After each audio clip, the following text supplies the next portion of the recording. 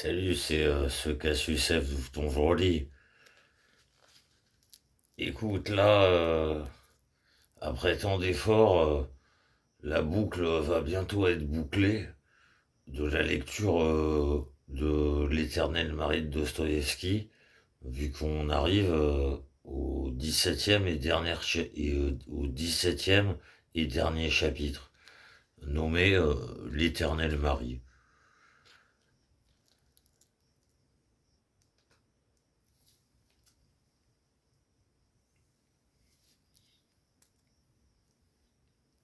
Il se passa presque exactement 2 ans après l'aventure que nous avons décrite. Nous retrouvons, Monsieur Velchaninov par une splendide journée d'été dans un wagon de l'une de nos nouvelles lignes de chemin de fer. Il voyageait vers Odessa pour aller voir, histoire de se distraire, un de ses vieux amis, et en même temps, pour une autre circonstance assez plaisante. Par cet ami, il avait l'espoir de s'arranger une rencontre avec une femme des plus intéressantes qu'il voulait connaître depuis longtemps déjà. Sans entrer dans les détails, contentons-nous juste d'une remarque, à savoir qu'il s'était fortement régénéré, ou pour mieux dire, corrigé, au cours de ces 2 dernières années. Il ne restait presque aucune trace de son hypocondrie. De tous les souvenirs, des inquiétudes, suite de la maladie, qui avait commencé à l'assaillir 2 ans auparavant à Pétersbourg pendant les échecs du procès, n'avait survécu qu'une sorte de honte cachée à la conscience de sa lâcheté passée.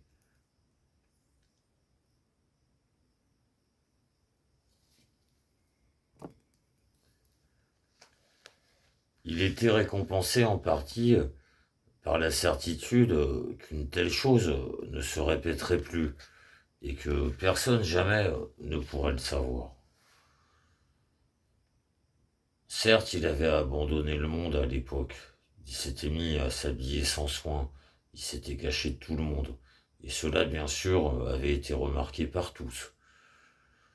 Mais il avait fait si vite amende honorable et en même temps, il était revenu si régénéré et si plein d'assurance que tous, tout de suite, lui avaient pardonné son éloignement momentané. Même ceux d'entre eux qu'il avait cessé de saluer le reconnurent les premiers et lui tendirent la main, et de plus, sans la moindre question indiscrète, comme si de tout ce temps il s'était trouvé loin quelque part en voyage pour des raisons personnelles qui ne regardaient que lui et qu'il venait juste de rentrer. La raison de toutes ces améliorations profitables et saines était bien sûr le procès qu'il avait gagné. Velchaninov n'avait touché que 60 000 roubles, une affaire évidemment mineure, mais elle était pour lui capitale. D'abord parce qu'il s'était tout de suite senti sur une base plus ferme. Donc, il s'était rassasié moralement. Il savait maintenant et à coup sûr que ce dernier argent, il ne le dilapiderait pas comme un imbécile, comme il avait dilapidé ses 2 premières fortunes, et qu'il lui suffirait cet argent pour tout le reste de sa vie. Malgré toutes les lézardes de leur édifice social et tout ce qu'ils peuvent claironner, se disait-il parfois, regardant et écoutant tout ce qui se passait de merveilleux et d'invraisemblable autour de lui et en Russie en général, malgré toutes les transformations des pensées et des gens, moi j'aurais toujours quand même ce succulent souper fin que je m'apprête à manger maintenant. Et donc, je suis paré à tout. Et donc, je suis paré à tout.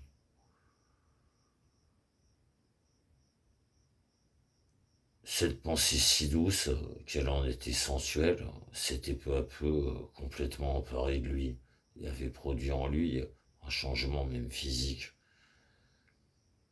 sans parler du changement moral. Il avait l'air maintenant d'être un tout autre homme comparé à cette brute que nous avions décrite 2 ans auparavant et à qui il commençait déjà d'arriver des histoires si indécentes et à qui il commençait déjà d'arriver des histoires si indécentes.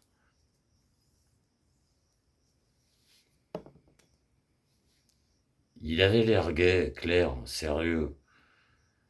Même les vilaines petites rides qui avaient commencé de s'accumuler auprès de ses yeux et de son front s'étaient presque lissées. Même le teint de son visage avait changé. Il était devenu plus blanc, mieux portant. À la minute dont nous parlons, il était confortablement installé dans un wagon de première classe, et une idée prenait corps dans sa tête. À la gare suivante, il y avait un embranchement, et une nouvelle voie s'en allait vers la droite. Si j'abandonne pour une minute la voie directe, et si je pars vers la droite, dans juste 2 arrêts, on pourrait rendre visite à encore une autre dame que je connais, qui vient juste de rentrer de l'étranger et qui s'ouvre à présent dans un isolement provincial, agréable pour moi, mais très morne pour elle. Et donc, une possibilité apparaît de profiter de ce temps d'une manière tout aussi intéressante qu'à Odessa. D'autant que là-bas aussi, il serait toujours temps. Mais il hésitait toujours et n'arrivait pas à prendre une décision définitive. Il attendait la chiquenaude. Il attendait la chiquenaude. Or, la gare approchait. La chiquenaude aussi arriva vite.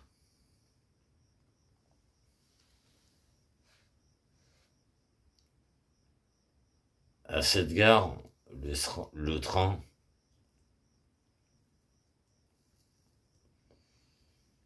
À cette gare, le train s'arrêtait 40 minutes et un repas était proposé aux passagers. Juste à l'entrée de la salle des passagers de première et de deuxième classe, il s'était amassé, comme cela se fait toujours, une multitude de gens impatients. Juste à l'entrée de la salle des passagers de première et de deuxième classe, il s'était amassé, comme cela se fait toujours, une multitude de gens impatients et pressés. Et peut-être, là encore comme cela se fait toujours, il survint un scandale. Une dame sortie d'un wagon de deuxième et remarquablement jolie, mais comme vraiment un peu trop pompeusement vêtue pour une voyageuse, traînait presque derrière elle, à 2 mains, un Ulan, un petit officier tout jeune et tout joli qui essayait toujours de se libérer. Le jeune officier était fortement saoul, et la dame, sans doute une parente plus âgée, ne le laissait pas s'éloigner, sans doute de crainte qu'il ne se jette tout de suite vers les buffets aux boissons.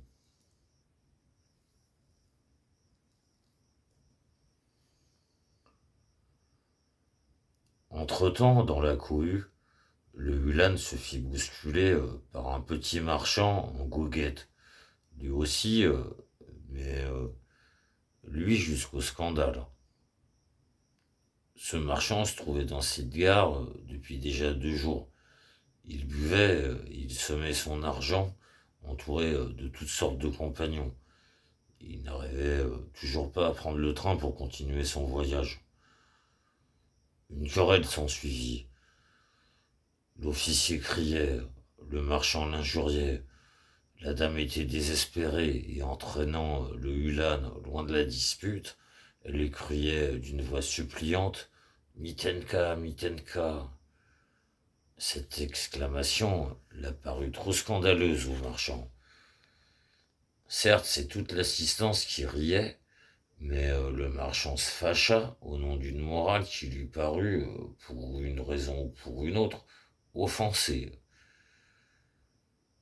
Non mais, Mitenka, prononça-t-il avec reproche, singeant la petite voix fluette de la dame, ils ont même pas honte devant le monde. Et s'approchant, non sans tanguer, de la dame qui s'était affalée sur la première chaise, après avoir eu le temps de faire asseoir le Hulan à côté d'elle, il les toisa tous les deux avec mépris et prononça d'une voix aussi traînante que chantante. Putasse que t'es, putasse avec ta traîne. La dame poussa un cri et regarda plaintivement autour d'elle, attendant qu'on la sauve. Elle avait honte et en même temps elle avait peur. Et pour couronner le tout, c'est alors que l'officier bondit de sa chaise. En hurlant, il voulut se précipiter sur le marchand, mais il glissa et s'affala une nouvelle fois sur sa chaise. Le rire tout autour allait croissant et personne ne pensait à intervenir. Ce fut le Velchaninov qui intervint. Il saisissa brusquement le marchand par le collet et en le faisant pivoter, l'éloigna à 5 pas de la femme affolée.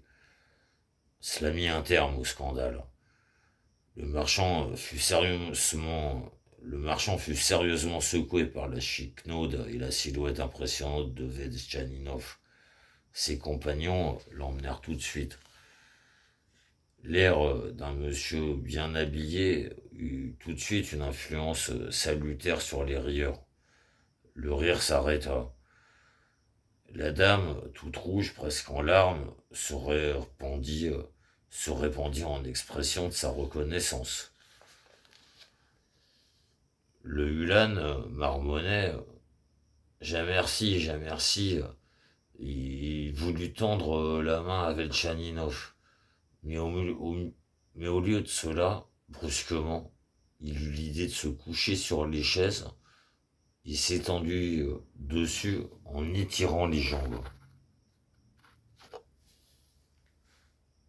Mitenka, gémit la dame d'un ton de reproche avec un geste d'impuissance. Velchaninov était content et de l'aventure et des circonstances. La dame l'intéressait. C'était visiblement une petite provinciale argentée, habillée avec faste, mais sans goût et aux manières un petit peu ridicules. Précisément, elle réunissait tout ce qui garantissait le succès à un fat de la capitale qui cherche ce que nous savons auprès d'une femme. Une conversation s'engagea. La dame parlait avec chaleur et se plaignait de son mari, qui brusquement s'était caché Dieu savait où sur le quai, et c'est pour ça que tout est arrivé, parce qu'il faut éternellement qu'il se cache Dieu sait où quand il faut qu'il soit là.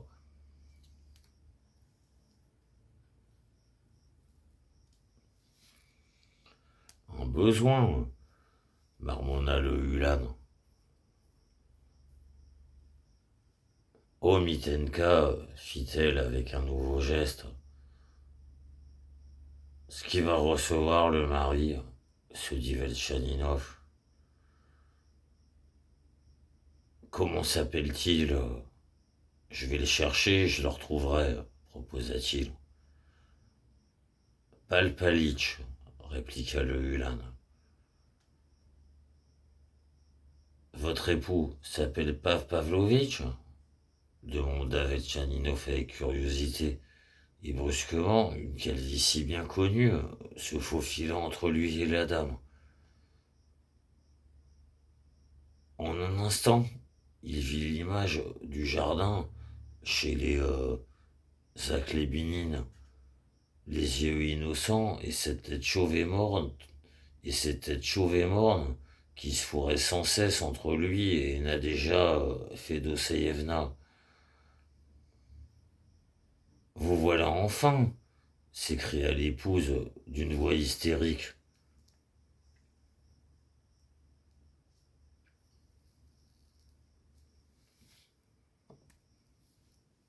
C'était Pavel Pavlovitch en personne. Sidéré, il regardait Veltchaninov, éberlué devant lui comme devant un fantôme.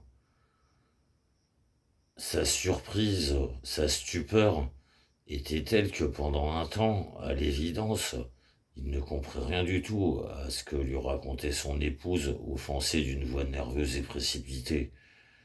À la fin, il tressaillit et comprit d'un coup toute son horreur et sa faute, Mitenka, et le fait que ce monsieur, c'est ainsi bizarrement que la dame appelait Veltchaninov, avait été notre ange gardien et notre sauveur. Et vous, vous partez éternellement quand on a besoin de vous. Veltchaninov éclata brusquement de rire.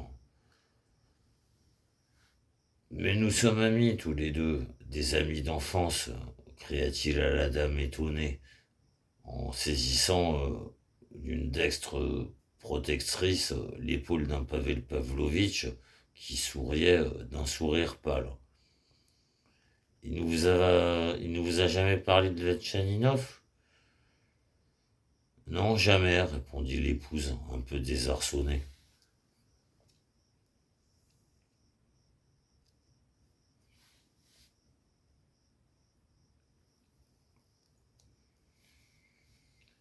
Mais présentez-moi donc, mon infidèle ami, à votre épouse. Euh, Lipochka, voilà, n'est-ce pas? C'est vraiment Monsieur Vetchaninov, n'est-ce pas? Voilà, commença Pavel Pavlovitch. Et honteux, il s'arrêta. Son épouse s'empourpra et lui lança un regard furieux, à cause de Lipochka, sans doute. Et figurez-vous, il n'a même pas prévenu, il n'a même pas prévu qu'il s'était marié, et il ne m'a pas invité au mariage. Mais vous, Olympiada, Semyonovna, souffla Pavel Pavlovitch. Semyonovna, reprit brusquement le Ulan qui s'était endormi. Excusez-le pour moi, Olympiada Semyonovna, au nom de cette rencontre de deux amis. C'est un mari au cœur d'or. Et Veltchaninov fit une tape amicale sur l'épaule de Pavel Pavlovitch. Chérie, c'était juste une minute. Je m'étais attardé, commença Pavel Pavlovitch pour justifier. Et vous avez laissé votre femme dans la honte, reprit tout de suite Lipochka. Là où il faut, vous n'êtes pas là. Et là où il ne faut pas, vous êtes là. Là où il ne faut pas, vous y êtes. Là où il ne faut pas, approuvait le Ulan.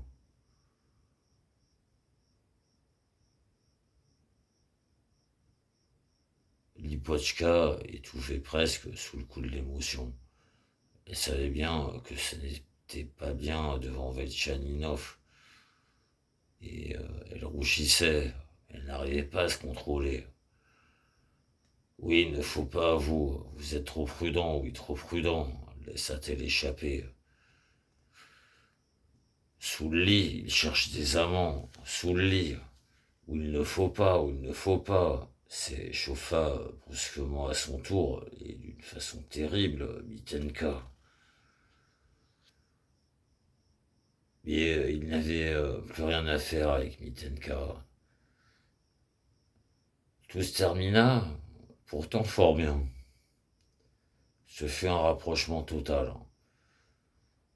On envoya Pavel Pavlovitch chercher du café et du bouillon. Olympiada Semyonovna expliqua à Veltchaninov qu'il venait de quitter la ville d'Eau, où son mari avait un poste, et qu'il partait pour 2 mois dans leur village, que ce n'était pas loin, à peine 40 versts de cette gare, qu'il possédait là une maison et un jardin splendide, qu'ils y attendaient des invités, qu'ils avaient aussi des voisins et que si Alexei Ivanovitch pouvait se montrer assez bon pour accepter de leur rendre visite dans leur désert, elle l'accueillerait comme son ange gardien, parce qu'elle ne pouvait pas ne pas se souvenir sans effroi de ce qui serait passé si, etc., etc., bref, comme un ange gardien. Et un sauveur, insistait le Ulan avec fougue.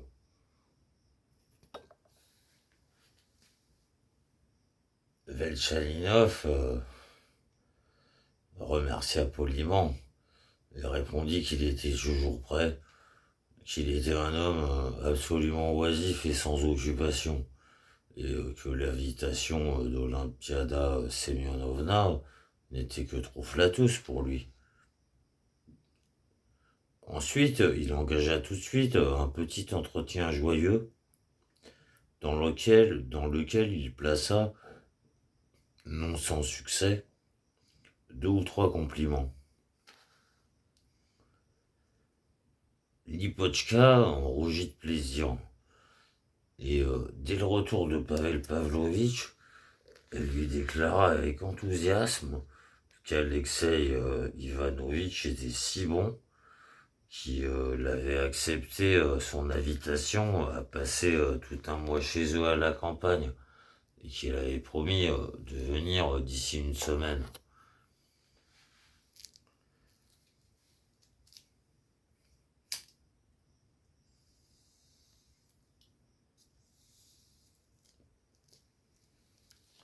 Pavel Pavlovitch eut un sourire perdu et ne dit rien. Olympiada Semyonovna haussa ses mignonnes épaules vers son mari et leva les yeux au ciel. Enfin on prit congé. Nouvelle reconnaissance, encore ange gardien, encore Mitenka, et Pavel Pavlovitch repartit enfin pour installer sa femme et le Ulan dans le wagon. Velchaninov alluma un cigare et se mit à marcher dans la galerie devant la gare. Il savait que Pavel Pavlovitch ne manquerait pas d'accourir encore pour parler avec lui avant la sonnerie.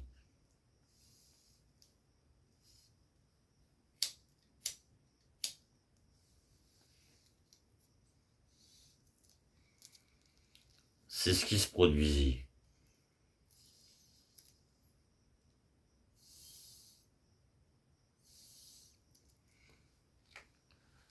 Pavel Pavlovitch apparut tout de suite devant lui avec une question inquiète dans les yeux et dans toute sa personne. Velchaninov se mit à rire. Il le prit amicalement par le coude et l'attirant vers le banc le plus proche, il s'assit et il fit s'asseoir à côté de lui. Lui-même, il se taisait. Il voulait que ce soit Pavel Pavlovitch qui parle d'abord.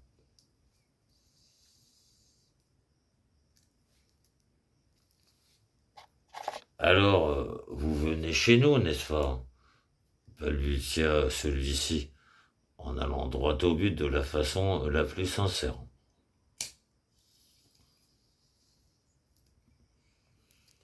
J'en étais sûr, il n'a pas changé du tout, éclata de rire Velchaninov. Est-ce que vraiment, fit-il, lui tapant sur l'épaule, est-ce que vraiment, ne serait-ce qu'une minute, vous avez pu penser sérieusement que réellement je pourrais aller vous rendre visite et pour un mois? Ah. Pavel Pavlovitch tressaillit des pieds jusqu'à la tête. Alors n'est-ce pas, vous ne viendrez pas?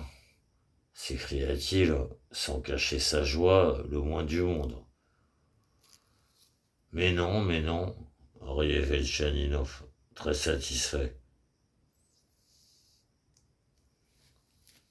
Du reste, il ne comprenait pas lui-même pourquoi c'était si drôle. Mais plus ça avançait, plus ça devenait drôle. Vraiment, c'est vraiment vrai ce que vous dites, n'est-ce pas? Et à ces mots, Pavel Pavlovitch bondit même de sa place, traversé par les frissons de l'attente. Mais je vous l'ai dit que non. Vous êtes un drôle de touquet, vous. Mais comment est-ce que je... Ah, si c'est comme ça, n'est-ce pas? Comment je le dirai à Olympiada Semyonovna quand vous ne viendrez pas dans une semaine et qu'elle, n'est-ce pas, elle vous attendra? En voilà un problème. Dites que je me suis cassé la jambe, ou quelque chose comme ça. Elle n'y croira pas, n'est-ce pas? Fit Pavel Pavlovitch d'une petite voix traînante et plaintive. Et vous allez le sentir passer? Riait toujours Velchaninov. Mais je remarque, mon pauvre ami, que vous tremblez rudement devant votre charmante épouse. Hein?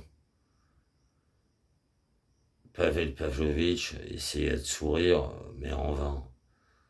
Que Velchaninov refusait de venir, c'était certes très bien. Qu'il se montra si familier au sujet de son épouse, cela, c'était déjà très mal. Pavel Pavlovitch fit une grimace. Velchaninov le remarqua. Pendant ce temps, la deuxième sonnerie avait retenti, pardon. Pendant ce temps, la deuxième sonnerie avait retenti. On entendit au loin, dans un wagon, une petite voix qui appelait, inquiète, Pavel Pavlovitch. L'autre s'agita sur place, mais il ne courut pas pour répondre à l'appel, attendant visiblement encore quelque chose d'autre de Velchaninov. Bien sûr, une nouvelle assurance qu'il ne viendrait jamais.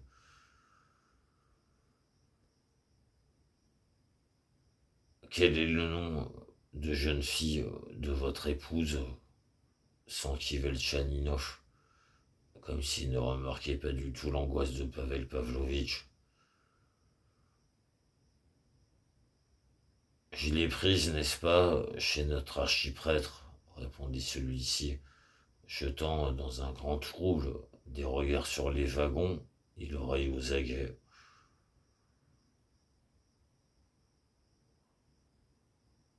Ah, je comprends, pour la beauté. Pavel Pavlovitch grimaça de nouveau. Et qui donc est-ce, chez vous, ce Mitenka? Oh, comme ça, un de nos lointains parents, n'est-ce pas? Je veux dire le mien, le fils de ma cousine, n'est-ce pas? Défunte, Golobutchikov, dégradé pour scandale. Et maintenant, il est réintégré. On lui a même payé son équipement. Un jeune homme malheureux, n'est-ce pas? Bon, bon, tout est dans l'ordre. Tout le tremblement, se dit Velchaninov. Pavel Pavlovitch fit à nouveau un appel lointain dans le wagon, et cette fois avec une note nerveuse dans la voix. Palpalitch, reprit une autre voix enrouée.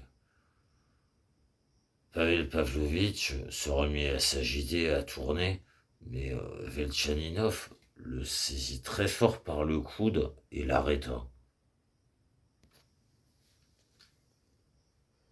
Vous voulez que j'aille là tout de suite et que je raconte à votre épouse comment vous avez voulu m'égorger, hein?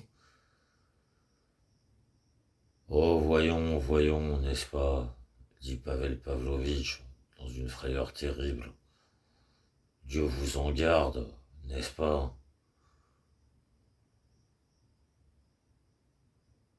Pavel Pavlovitch, Pavel Pavlovitch, reprirent les mêmes voix. allez-y donc, fit Veltchaninov, le relâchant enfin, et tout en continuant de rire.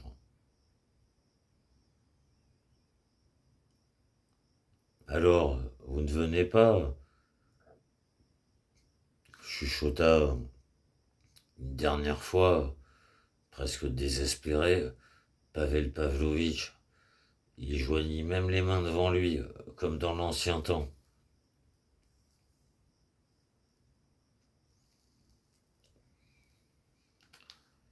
Mais je vous le jure que je ne viendrai pas. Courez, ou ça va mal finir. Et dans un grand geste, il lui tendit la main. Il le lui tendit, et il sursauta. Pavel Pavlovitch n'avait pas pris cette main. Il avait même retiré la sienne. Retentit la troisième sonnerie.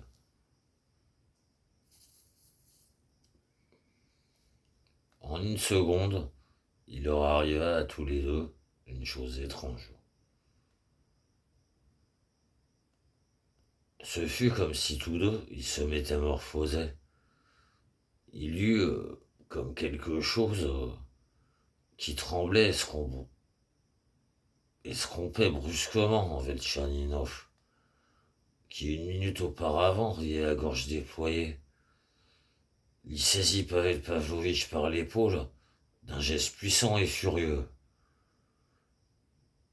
Si moi, je vous l'attends, cette main, fit-il montrant sa paume gauche sur laquelle restait encore très visible la trace profonde d'une blessure, vous quand même, vous pourriez la prendre, chuchota-t-il, les lèvres tremblantes et blêmes.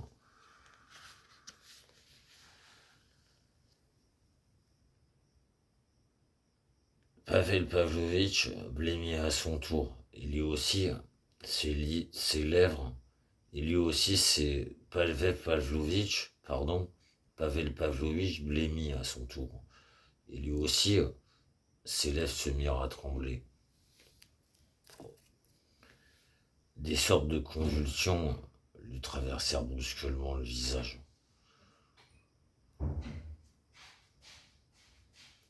Élisa, hein, n'est-ce pas, balbutia-t-il dans un chuchotement précipité. Et brusquement, ses lèvres se mirent à tressaillir avec ses joues et son menton, et des larmes lui jaillirent des yeux. Veltchaninov restait devant lui, planté comme un piquet.